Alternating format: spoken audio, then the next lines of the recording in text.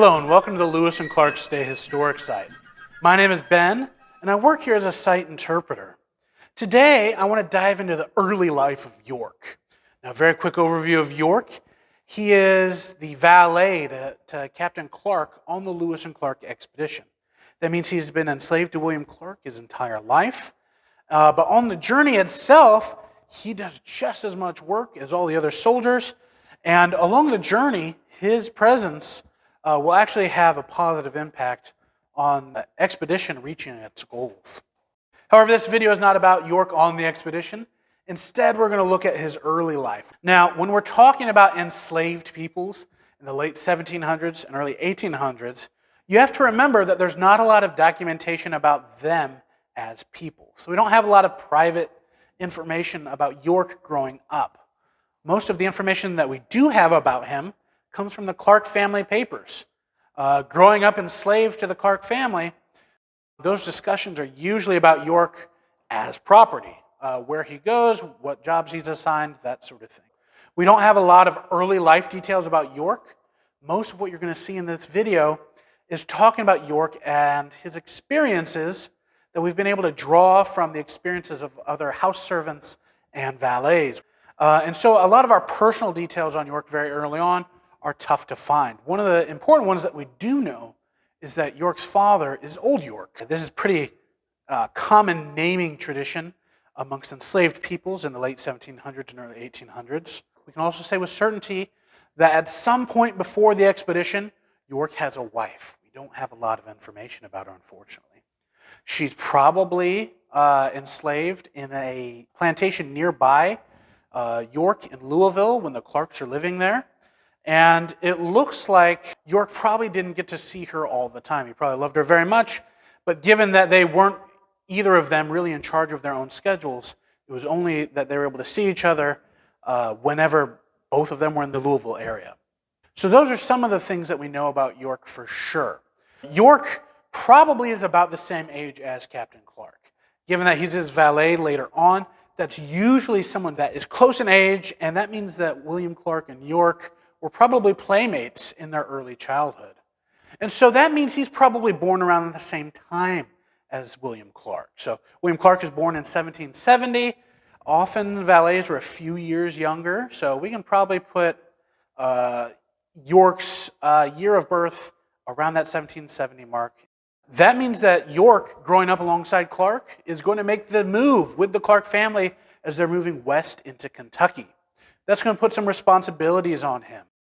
It was not the norm that enslaved peoples would carry firelocks or weapons, but in the case of people moving west into Kentucky, they wanted to protect themselves. And so oftentimes they would arm everyone, slaves, older children, and of course all of the adults.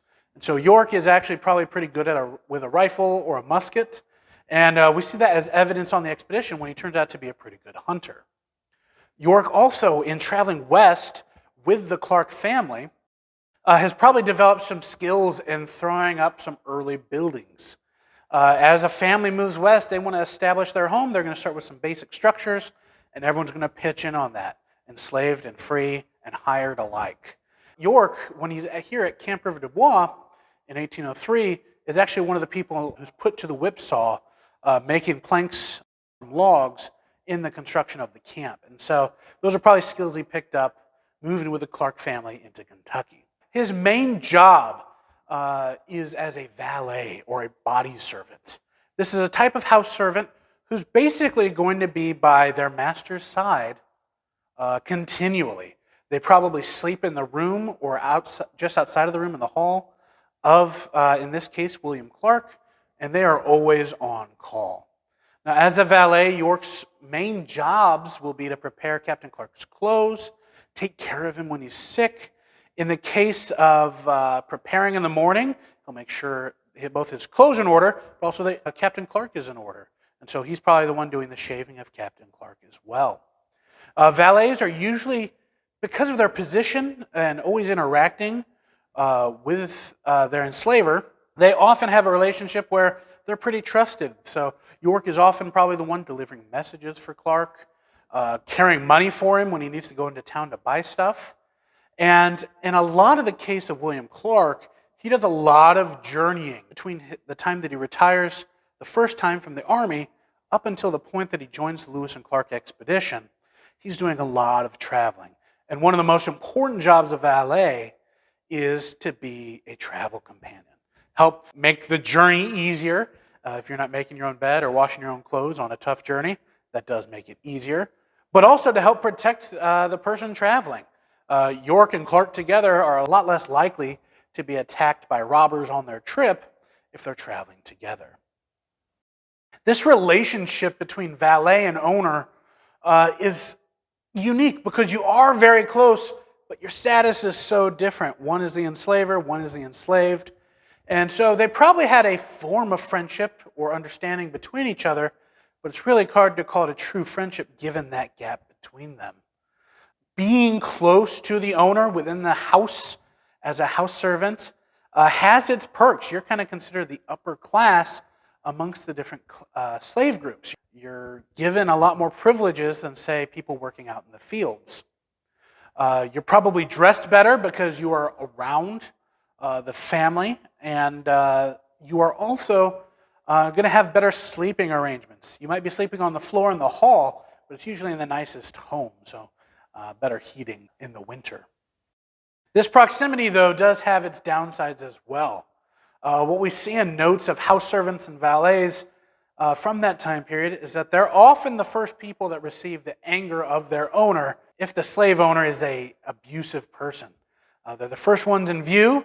They're the ones that are nearby. Say if York messes something up on Clark's clothing, Clark is going to notice that pretty immediately. So while they are close and enjoy some benefits of that, being a valet also comes with its risks of always being under the view of the enslaver, and that does make it kind of this weird tightrope to walk. York's position as a valet is actually a really common one at this time period. George Washington very famously had William Billy Lee as a valet, and Thomas Jefferson had a valet called Jupiter. These are pretty famous valets, York being another one. And what we can draw from their experiences is that they're often in the room where exciting things are happening. They will be right alongside the family, they're in important meetings, but they're very rarely going to be listed in later recallings of those events. If you look at this portrait here, I like this one.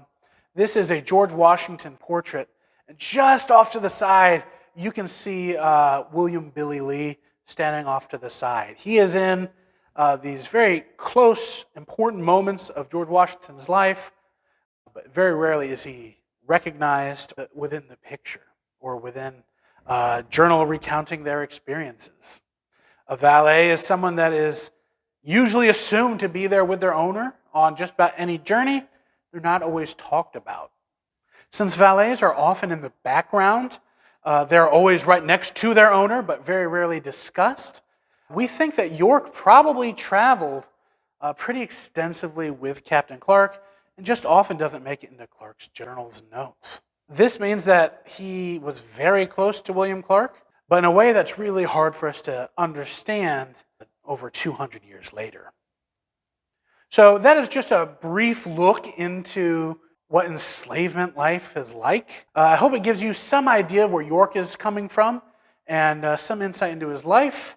And it'll help us understand some of the things about York after the expedition as well. I would encourage you to check out our other videos on York, as well as our other videos that we've put out about the Lewis and Clark expedition.